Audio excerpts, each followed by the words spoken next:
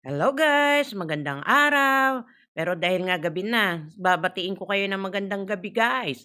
At eto, dahil nga po pang 3 days ko na dumating dito sa Doha, Qatar. Yung first 2 days ko guys, pagod na ang lola nyo. At syempre, the next day, may pasok na.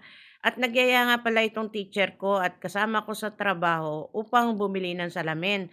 Ang sabi niya sa akin, gusto niyang palitan yung kanyang salamin at nagpunta na nga kami dito sa Al Nasser, meron kaming nakitang optical, pero hindi ko na matandaan ang pangalan guys. Magaganda ang kanilang mga eyeglasses, pero may kamahalan guys, lalo na kung branded ang bibilhin mo.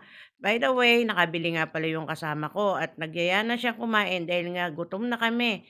At eto nga, sa paborito naming Turkey Central dito sa Al Nasser guys, kami kakain. At dahil nga ang paborito ko ay, grilled chicken, ayan, chicken lamang po at wala siyang kasamang french fries kundi tinapay. Nagulat nga ako dati ang sili na nila ay green, ngayon ay pula.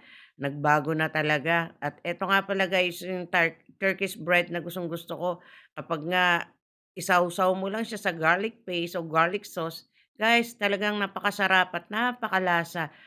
After 28 days ng bakasyon sa Pilipinas, guys, na-miss ko 'tong manok na ito kasi nga sa Pilipinas ang kinakain ng lola niyo puro baboy at siyempre hindi rin mawawala ang seafood at isda. Pero dahil nga ang grilled chicken na paborito ko ay nandito sa Doha, Qatar, ayan, talaga namang halos maubos-ubos ko 'tong manok na ito, guys, at meron pa nga akong style sa pagkain ng, grilled chicken dito. Ibabalot ko, guys, siya sa tinapay at lalagyan ng garlic plus lalagyan din siya ng sibuyas.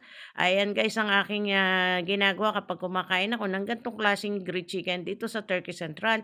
Parang shawarma ang style niya pero ang sarap-sarap niya lalo na yung tinapay guys na merong tomato paste. Medyo maanghang nga lang siya guys at siyempre nag-enjoy talaga ang lola niyo sa pagkain. Maubos-ubos niya yung chicken, pati nga yung tinapay kinain ko na rin yung nasa ilalim ng chicken. Guys, para sa akin highly recommended ko ang, restaurant na 'to pagdating sa grilled chicken at mixed grill. Ang, kasama ko nga paborito niya yung mixed grill dito sa lugar na 'to.